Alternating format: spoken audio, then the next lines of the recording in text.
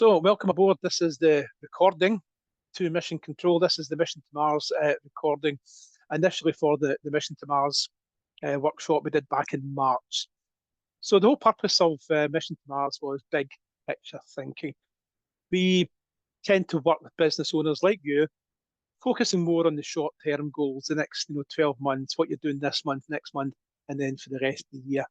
So, we wanted to add the Mission to Mars, the big picture thinking. And for some, that might be a couple of years. For some, it might be 10, it might be more. And even for one client, it was 2050. It's legacy building, right? And what we're going to focus on today is the 5-year vision. And the reason we do that is 5 years is far enough away to give you lots of time to plan, but it's close enough to be real. And what we've got to remember is such as the pace of technology changes that a lot of what we're actually going to be doing in 5 years probably hasn't been invented yet. So, Mission to Mars, to explore strange new plans and boldly go where no business has gone before, and any other cliches that we can add. I'm surprised we haven't got there. It's one small step for man, one giant leap for business owners. But there we go, added it in. So, Mission to Mars will require you to take some notes. I'm going to ask some questions. Because it's a recording, you can pause at any time and answer these questions, because it's really, really important. It's all part of the planner, which we're going to show you towards the end of this presentation. You'll get a PDF of this planner as well. It's 1 page. It's a 1-page planner. It's not a business plan, it's a vision planner. Like I say, we're going to use it, the illustration for 5 years. You can use it for 10, 20, more, less. It's your business. It's up to you. That's the beauty of it. Totally flexible. So let's start with looking at the 5-year vision, start to get you thinking about what your business is going to look like. And like I say, if this is 10 years, it's fine. But for this illustration, it's 5 years. So if I Google your business, if I've got a time machine and I fast forward to 2029, I Google your business, what do you want me to see? What do you want to read? What do you want to hear about your business in 5 years' time? So start thinking about that. Maybe pause this and write it down. If you were to Google your business in 5 years' time, what would you want people to read, see, and hear? Because that is your 5-year vision. Simple as that. Now, the bad news is that time flies. The good news is that you're the pilot. So you're in control of your destiny. Right? And if you think about it, days become weeks, weeks become months, months become quarters, quarters become wasted opportunities, right? If you think about it, at the time of this recording, it's June. It's the end of June. That's Q2 gone. We're just about to go into Q3 at the time of the recording this of 2024, right? Yet it only seemed a couple of weeks ago we were saying Happy New Year to each other. Days become weeks, weeks become months, months become quarters, and quarters can become wasted opportunities. And we call this a tomorrow trap. When you think you've got plenty of time, I'll do it tomorrow, and then tomorrow does come. So what I want you to start thinking about just now is let's have a look at your turnover figure for your business in 5 years' time. We use a turnover figure because it's one of the easier ones for business owners to relate to me. So what size do you want your business to be? It's usually a turnover figure is the answer. Not always, but it's easier to start quantifying that. So question number 1 for you is, by the end of 2029, what turnover figure would you be happy with? And write that down. Okay, write that down now. Think of it, 5 years' time, what turnover figure would you be happy with? And you'll have a figure. So let's say you decide, okay, so in 5 years' time, yeah, I want £1 million turnover. Great, write that down. Now write down what turnover figure would be really great. So £1 million you'd be happy, that'd be good, that.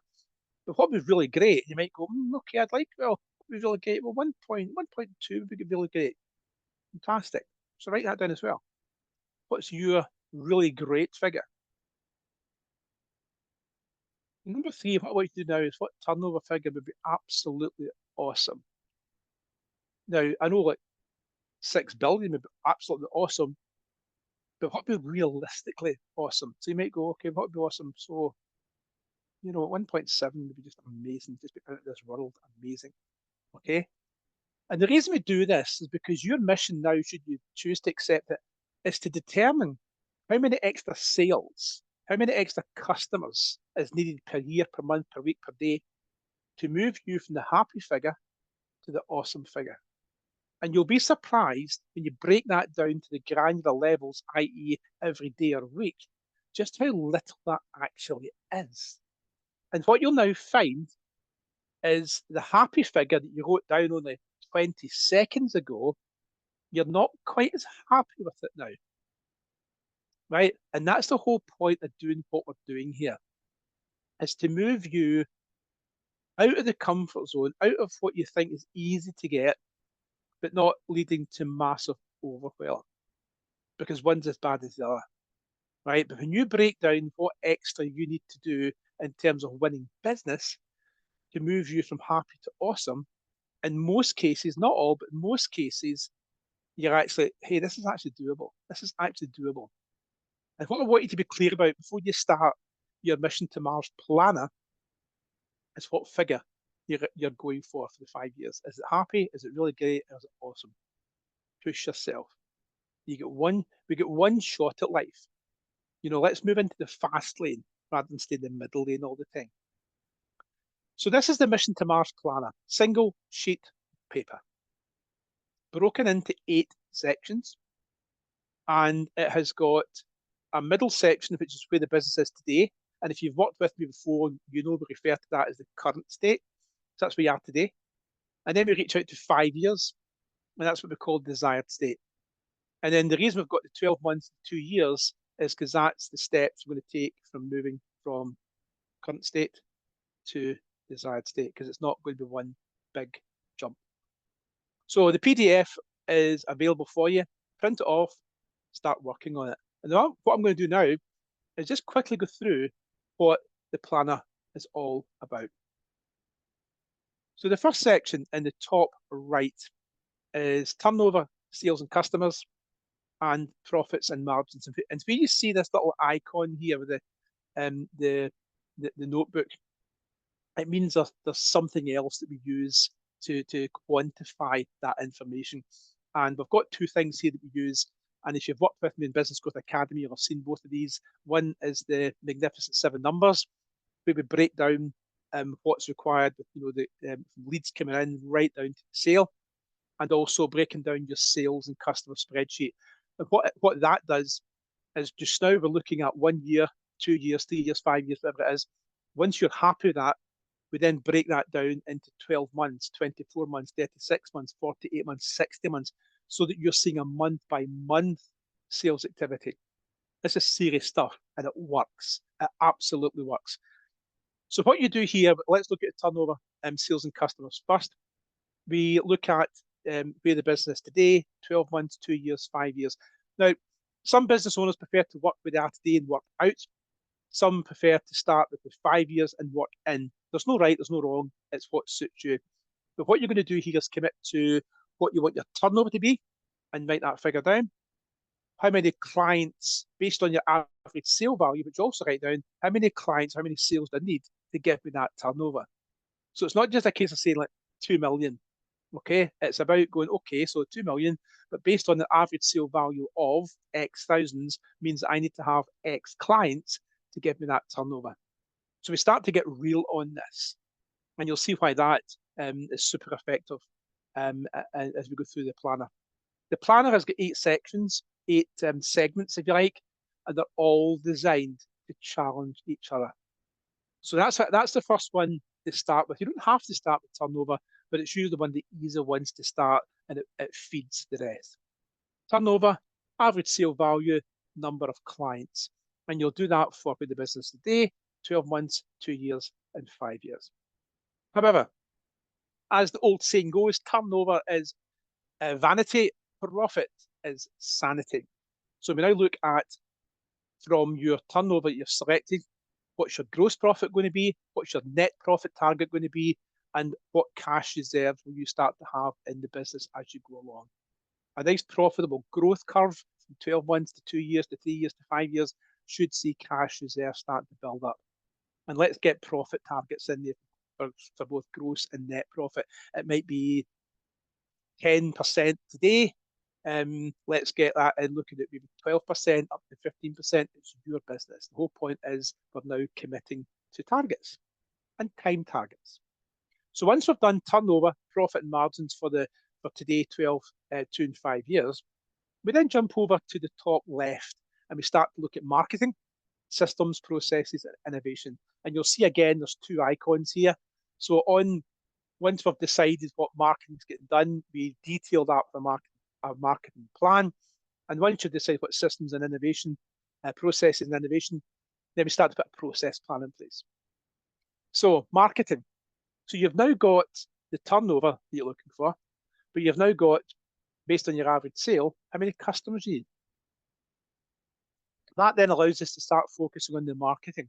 If we now know we need this amount of customers, well, how many people do we need to reach to get an inquiry, to get a qualified lead, to get a quote issued, to convert, to get that client? It becomes a very accurate numbers game.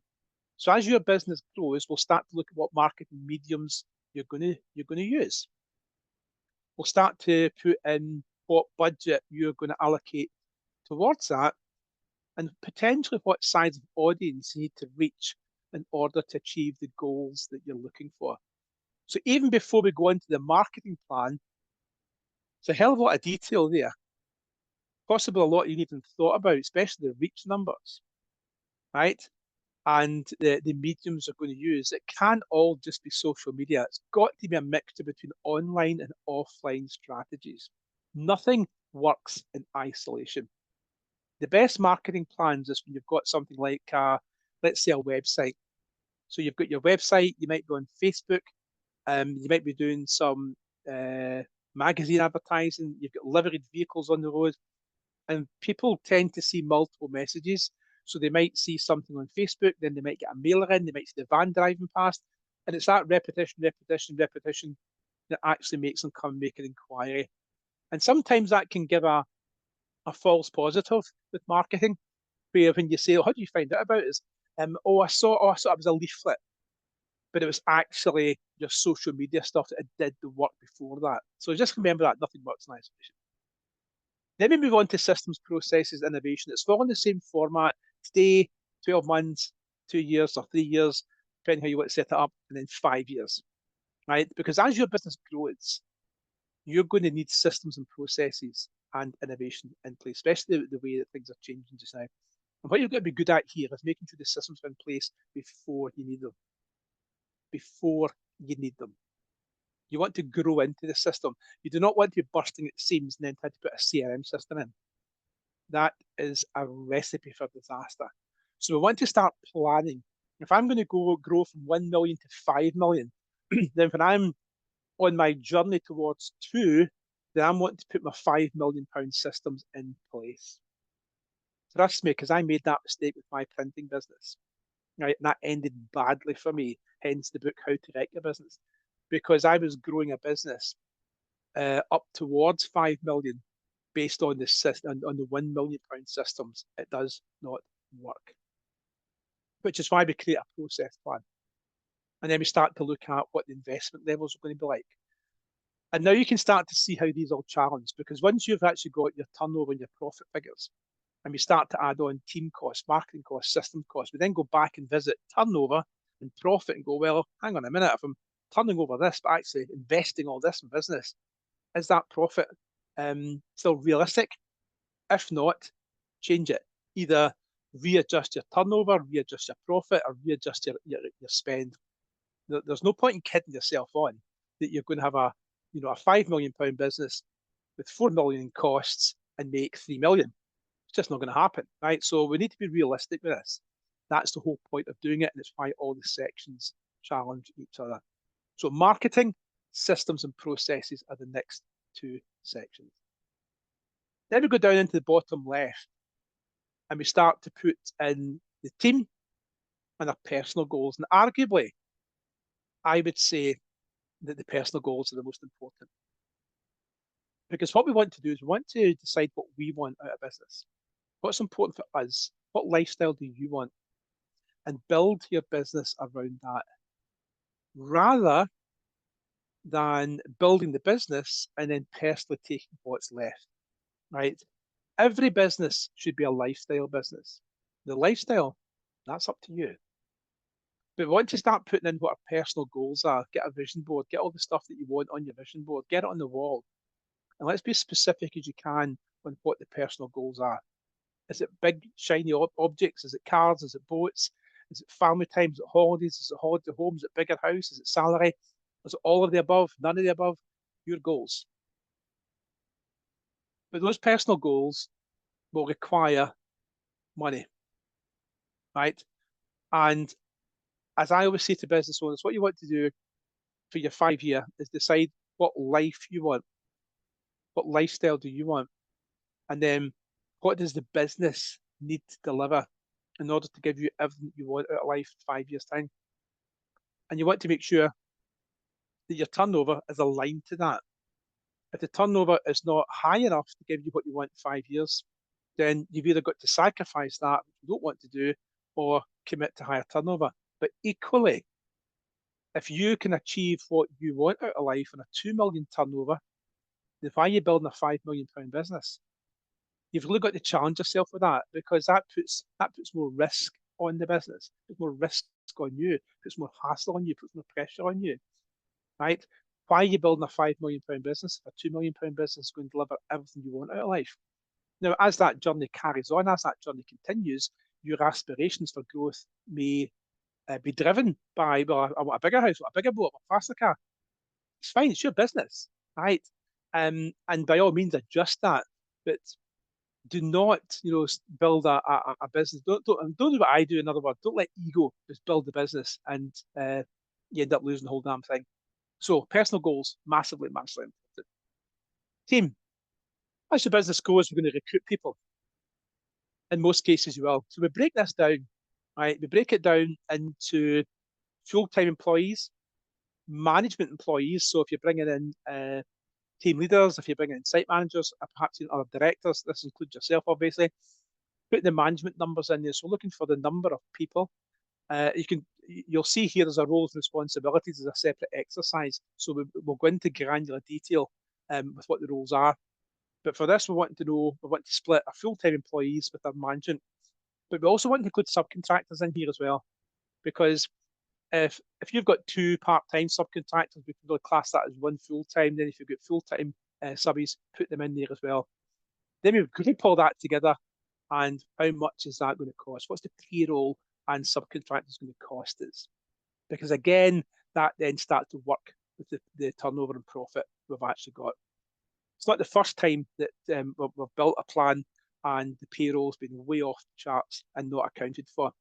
And also what we want to do here as well is start to look at our employee turnover ratio, right?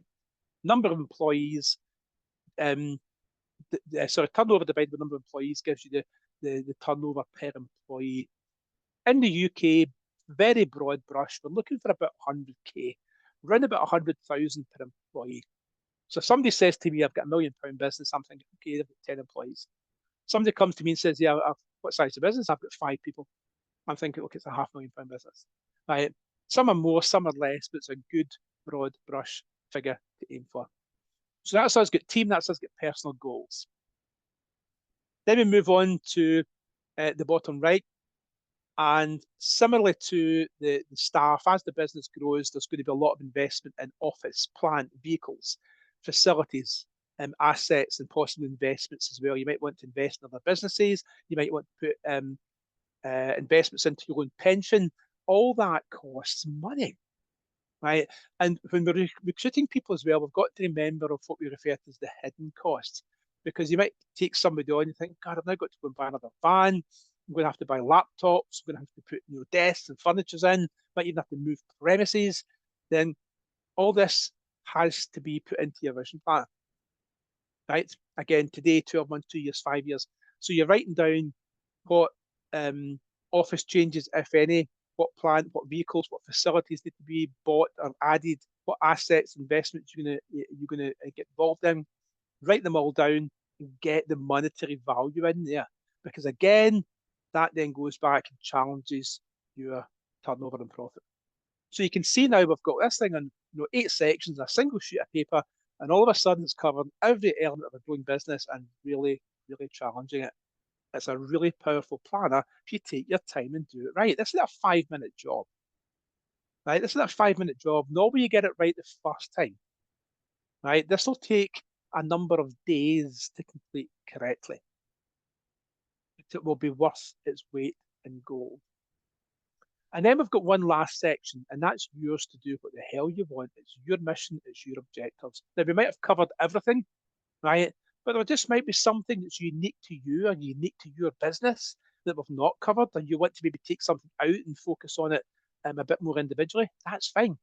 Leave it blank if there's nothing, put it in if there's something else. If there's a monetary value to it, make sure you add that on. And that very simply is the vision planner, the mission to Mars. And like I say, you'll now see that each section challenges each other. And once you've got it complete, do your investments and expenses match your turnover and profit? If it does, great. If it doesn't, revise it. So that's how we do 5 years. You can repeat it for 10, 20, 30, 50. It's your mission. It's your mission. So those are the ideas. Now you've got the fuel for your goals. Start moving forward. Start getting everything written down. Make sure you use the additional resources to expand the plan, if you like. But don't do that till you've got the 5 year vision planner 90% accurate. It's a moving target. It will always be a moving target. If the business changes, change it. And people will say to me, how accurate does it have to be? It's as accurate as you can make it. We're looking forward 5 years into the future. We don't really know what technology we're going to be using. We don't know how things are going to impact us. We don't know what the economy is going to be like. La di da di da. Right? It is best guess. But you know what? Your best guess today for 5 years is better than no guess at all. So these are to get you thinking. They're your ideas. You've now got the fuel for moving your goals forward. Crack on with it. If you've got any questions, please email me, and I'll do my best to answer them. And that's pretty much it. So, ready for blast off. Safe travels. I'll see you when you get back from Mars. Watch out for black holes and all that negative matter out there. Anybody that says you can't do it, get them out the way. Watch out for black holes and negative matter. Hope you enjoy that. That's Mission to Mars.